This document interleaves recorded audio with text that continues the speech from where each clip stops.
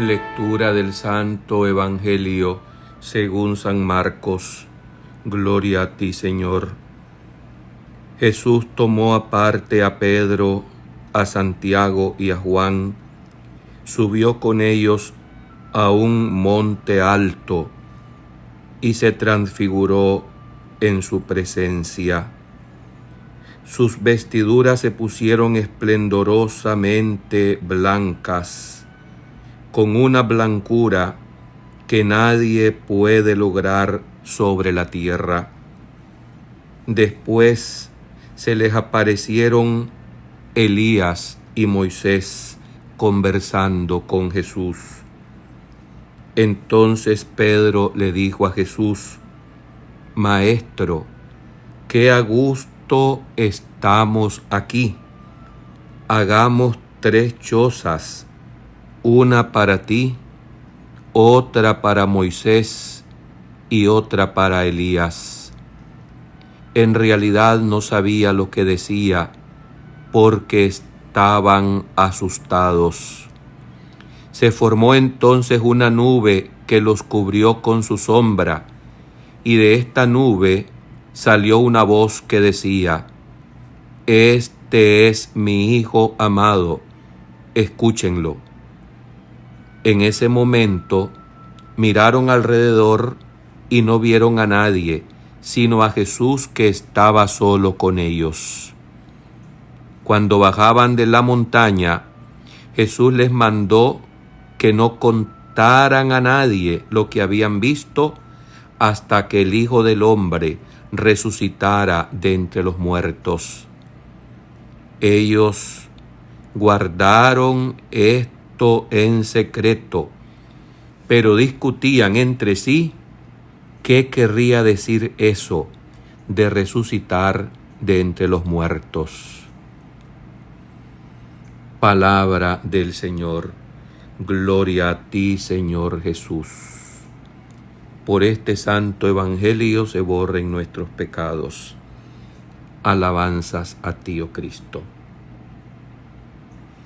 Misterio luminoso por excelencia, como acertadamente fue colocado por el santo Juan Pablo II en los misterios luminosos del Rosario. Este momento que hoy estamos considerando, la transfiguración del Señor. Mientras Jesús estaba en Galilea, poco antes de su dolorosa pasión, muerte y resurrección, quiso manifestar un poco de su gloria a 3 de sus discípulos, podemos decir los más cercanos. Pedro, quien sería luego al que se le encargaría el pastoreo de la iglesia. Pedro, el que luego sería interrogado ya una vez glorificado, resucitado Jesús, cuando le preguntará: Pedro, ¿me amas? Y los otros, los hermanos, hijos del trueno, Santiago y Juan. Recordemos que el escándalo de la cruz daría cumplimiento a aquella profecía del Antiguo Testamento que dice: heriré al pastor y se dispersarán las ovejas. Y efectivamente los primeros que se dispersan ante aquel momento de la hora de Jesús, es decir, de su pasión y muerte, fueron sus mismos apóstoles, sus discípulos. Los mismos que luego serían los testigos, que irían hasta todos los confines de la tierra, una vez fortalecidos en Pentecostés con el misterio de la llegada, de la venida del Espíritu Santo. Pues a estos 3, Pedro, Santiago y Juan, que serían también testigos del escándalo de la cruz, de su agonía en el huerto, ellos fueron llevados, según la tradición, al monte Tabor.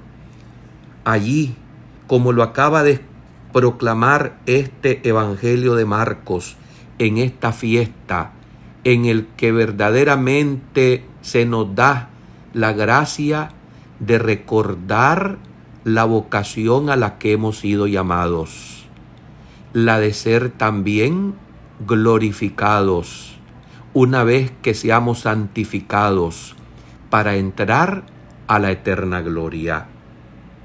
Jesús los llevó a la cumbre del monte, ya que en esta montaña, el monte Tabor, se sitúa en una planicie de Galilea y es la que mejor se acomoda o coincide, podemos decir geográficamente, con la descripción del Evangelio.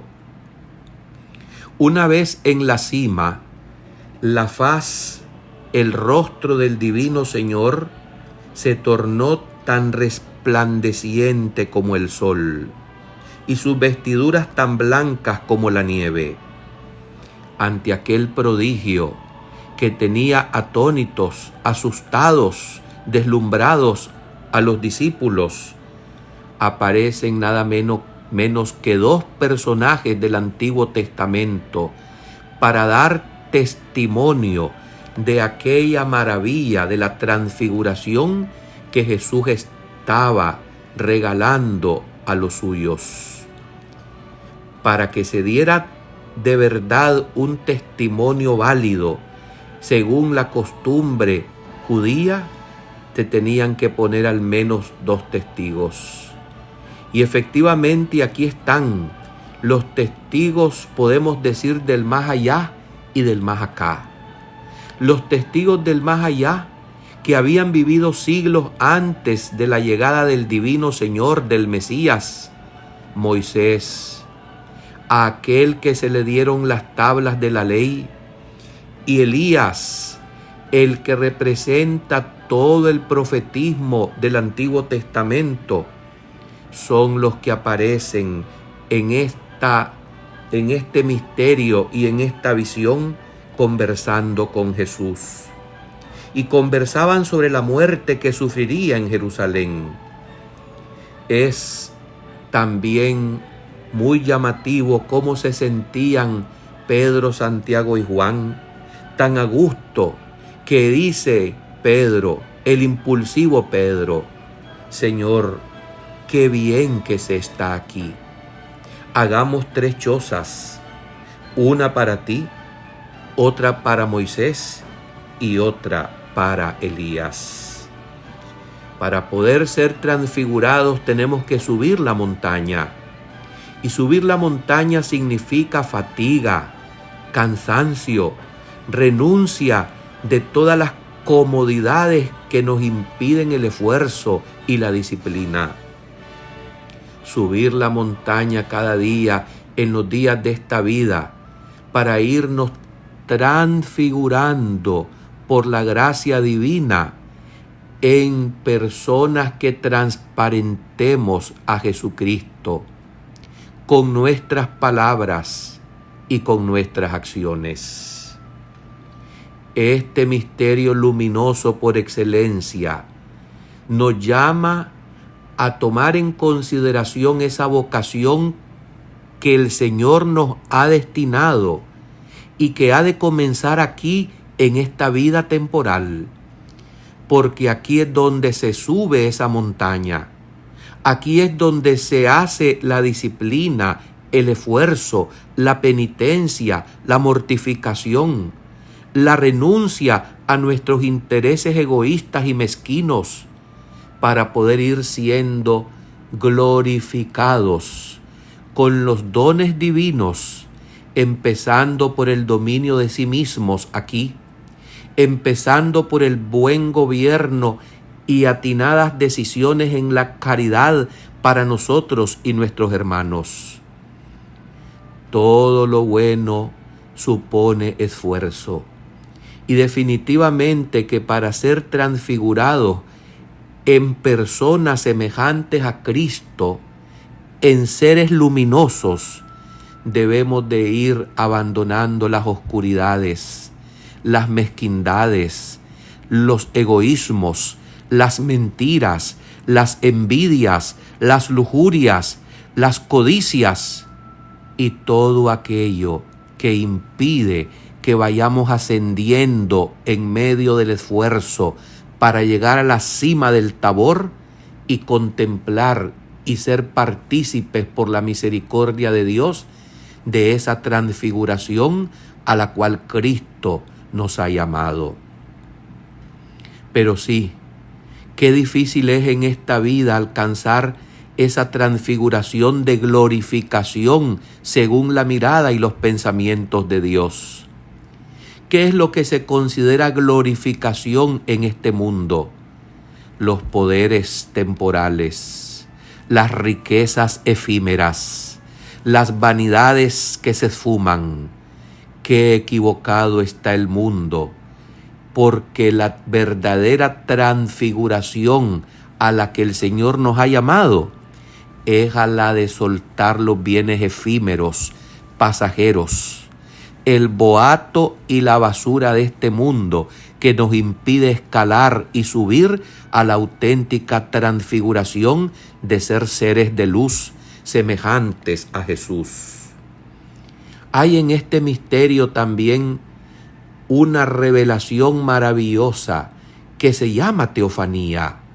Jesús manifiesta su divinidad y la ratifica la primera persona de la augusta Trinidad. Cuando el Padre hace escuchar su voz, cuando dijo: "Este es mi Hijo amado, escúchenlo". Esta manifestación de la divinidad de Cristo es la que la Iglesia está llamada a repetir incansablemente en la misión aquí en el mundo. Nosotros somos los llamados de dos maneras, sobre todo, con nuestra palabra de predicación incansable en el Evangelio de Jesucristo, con el compromiso de una vida verdaderamente luminosa, en libertad, totalmente independiente de las cosas materiales y dependiente únicamente de la divina providencia, misericordia de Dios. Así, también daremos testimonio en los días temporales de esta vida que Jesucristo es el Hijo del Padre Dios, al que debemos escuchar.